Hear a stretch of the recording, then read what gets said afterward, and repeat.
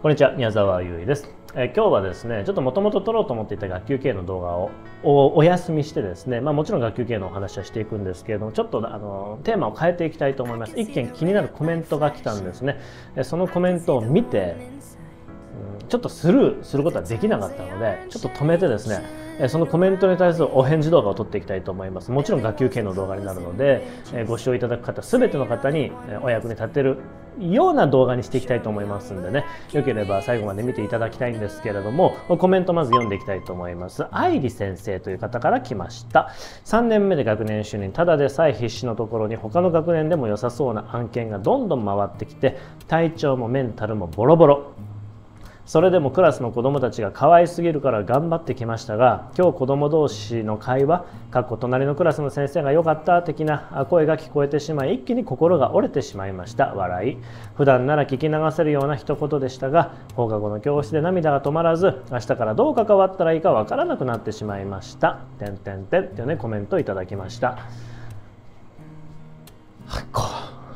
もうね、ちょっとね、言葉がない僕は。言葉で仕事させてもらってる僕ですけれども、言葉出てきません。もう伝えたいことがいっぱいありすぎてね、言葉にならないで、上手にちょっとアドバイスもできるかわからないし、この先生がアドバイスを求めてるどうかもわからないんだけれども、でもちょっとこのコメントをスルーして、はい、次の動画って撮影するのはちょっと僕にはできない。なのでこのコメントに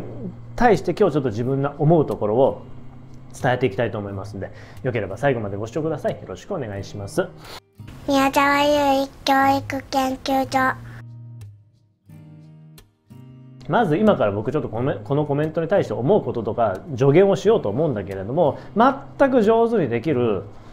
自信がないんです。なので今これご視聴いただいてる愛理さんだよね、お名前。愛理さん以外の方もおられたらですね、多分僕全然上手に喋れないので、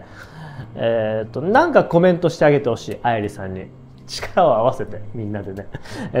まず愛理さんね、一番言いたいのはもう十分頑張ってるよね。だって3年目で学年主任でしょ。3年目っていうとなんか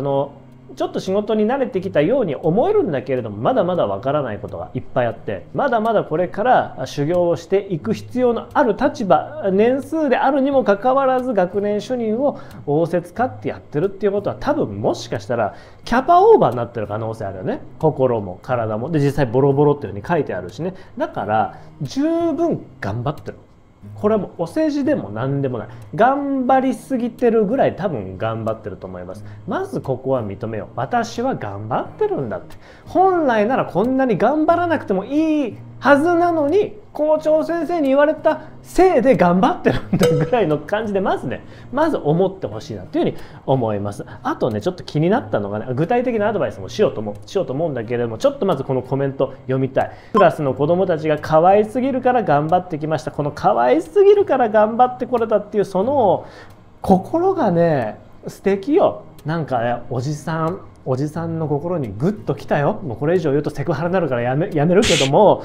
なんか素敵な先生なんだなっていうふうに思った。でもそんなところにこの会話が聞こえてきたんだと。隣のクラスの先生が良かったな。これもう完全にもう教師からしたら、担任からしたら、子供はそういうつもりないんだけれども、一番の担任否定なんだよね。一番の教師否定、一番のこの学級否定なんだよね。隣のクラスが良かったな、隣の先生が良かったな。4月5月ならまだ分かるんですよ。学級クラス替えしたばっかりで馴染めないから、あの先生のところが良かったなっていうふうに思っちゃう子どもたち分かる。でもこの10月11月12月でこのセリフ、この言葉を言われるっていうのは、もしかしたら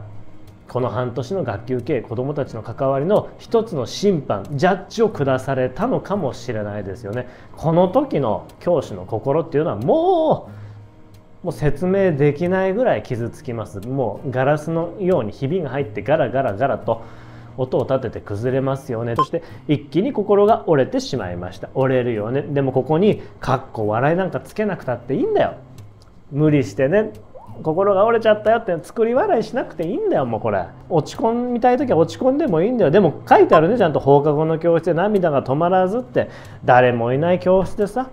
子供も帰って同僚も見てないところで人知れず人知れずポロポロポロと涙を流すお若い先生が今日本の学校にいるっていうことを考えただけでもうね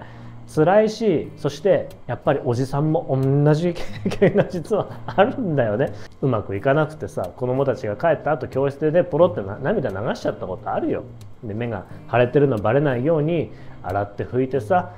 職員室に戻った時にはにっこり笑顔を無理して作ってね働いて頑張ってたことある。だから気持ちめちゃくちゃわかる。でもずっと気持ちめちゃくちゃわかるよっていうふうに言ってても何も解決しないので、もしちょっとできるアドバイスがありそうだったらしていきたいと思うけれども、僕愛理先生のこと全く何一つ知らないので、見当外れのアドバイスとか余計な一言とか言っちゃうかもしれないけれども、それはたくさんの視聴者がいて仲間がいて、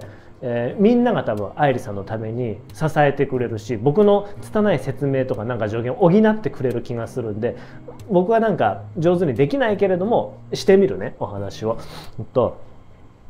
そうですね、まず一番言いたいのは、おそらく子どもの前で笑顔でいられる機会がどんどん減ってきてると思うんだよね、4月に比べて。だって心と体も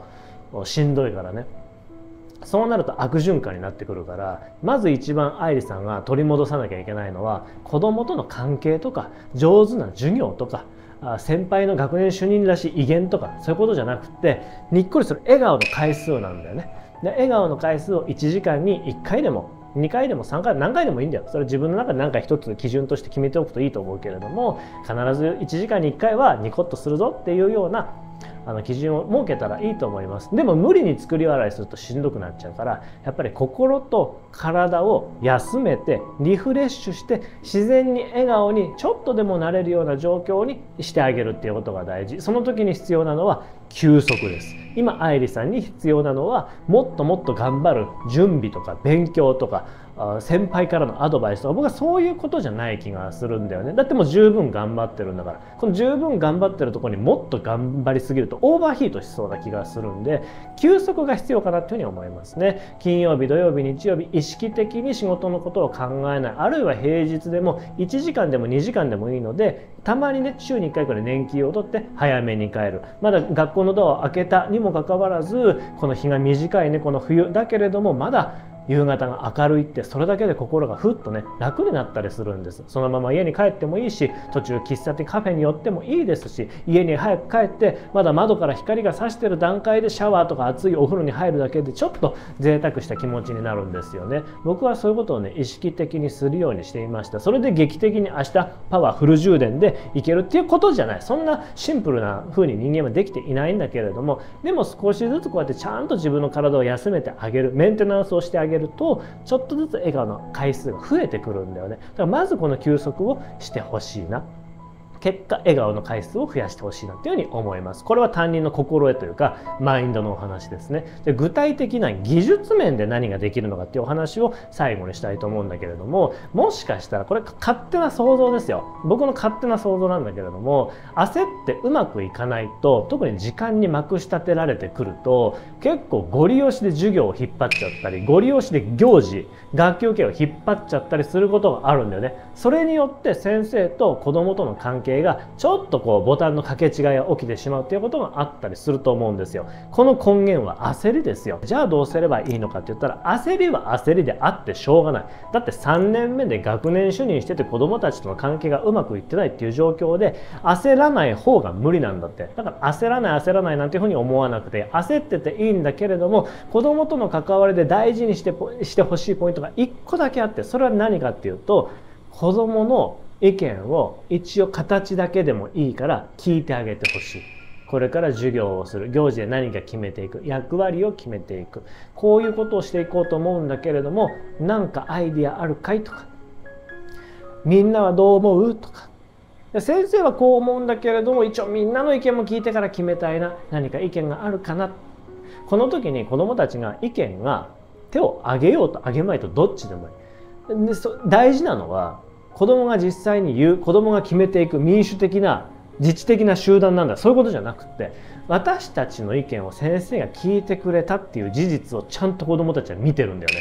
感じてるんだよね。そして何か意見を言わなかったとしても意見を言える機会はあったんだ。その機会で自分は意見を言わなかったから自分の思いの通りにはならなかったけれども、自分の意見を言える場所はあったんだっていう、この時間が1分でも2分でも3分でもあるっていう、それだけで子どもたちはその後の決定事項に対して納得感が出てくるんだよね。だって自分も言える機会を設けてもらってたわけだから、この納得感がその先の例えば授業とか行事でうまくいかなかったとしても、でも仕方ないよね、やるだけやったよねっていうふうに思えるんですよ。でもその時間がないと、つまり教師が子どもに対してよく尋ねてくれたり、思いを尊重してくれたり大事にしてくれてないって子ども自身が思っちゃうと、うまくいってない時に、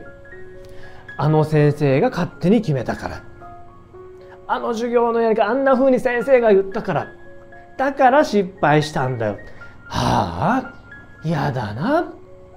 隣は楽しそうにやってる。隣が良かったなっていうふうに思っちゃうこともあったりするんですよね。だから焦ってる時ほど忙しいのは分かる。焦ってることは分かる。すごく分かるんだけれども、そんな時こそ落ち着いて子どもたちの意見をぜひ聞いてあげてください。そして全部受け入れる必要はない。全部受け入れる必要はないし、子どもの言いなりになる必要もない。それはちゃんと教師と子どもの意見をすり合わせて、学校のカリキュラムとか設備とかいろんな事情がありますからね、それを総合的に考えて一つの答えを出していけばいいだけで、焦るとこれをいきなりご利用ししてトップダウンしちゃうからね、そうなると本当にボタンの掛け違いにが重なってうまくいっていかないことがあるので、ごめんなさい、愛理先生のこと僕よくわからないんだけれども、僕が3年目学年主任を仰せ使って今この冬どういう状況になってるのかなって想像した時に、おそらく暴走してると思うんだよ。宮沢だったらうまくいかないからもっとちゃんとしなきゃって言って思って、もっと暴走しちゃう。でもっと子供との関係溝が開いちゃうんじゃないのかなって、ごめんなさい、僕の足りない脳みそで考えた時に僕ならそうなっちゃうかなっていうふうに思ったんで、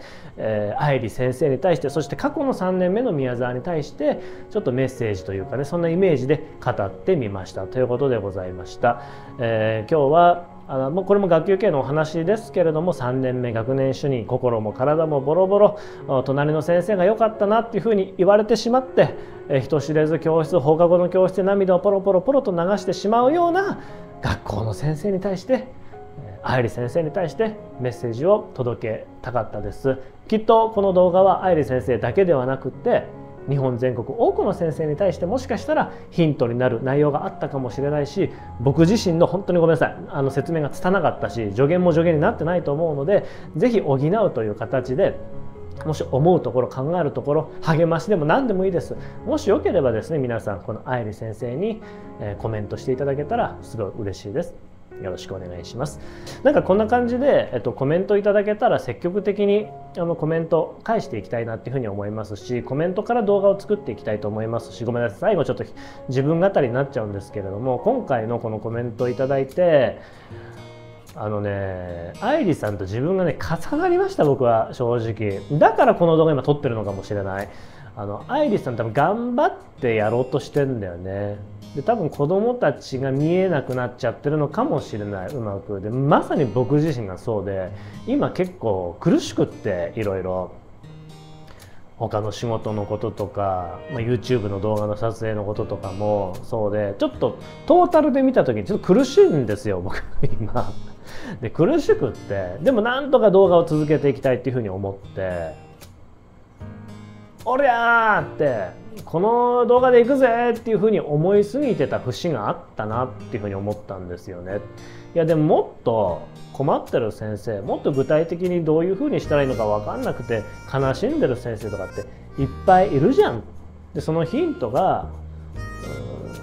その参考がコメントにいっぱいあるじゃん。もっとそのコメント大切にしながら、そのコメントに答えるっていう形で動画を作ったり、コメントにね、全部が全部お返事できないかもしれないけれどもリアクションしたりとかですね、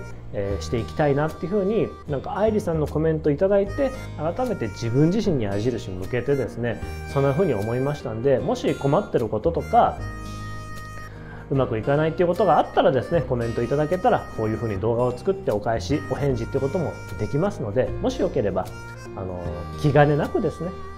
顔も本名も出ませんからね、コメントしていただけたら嬉しいです。よろしくお願いします。すいません、ちょっとねいつもの動画のとは様子が違いましたけれども、最後までご視聴いただけたことすごく嬉しいです。ありがとうございます。また明日次の動画でお会いしましょう。さよなら、バイバイ。愛理さん頑張ってるよ。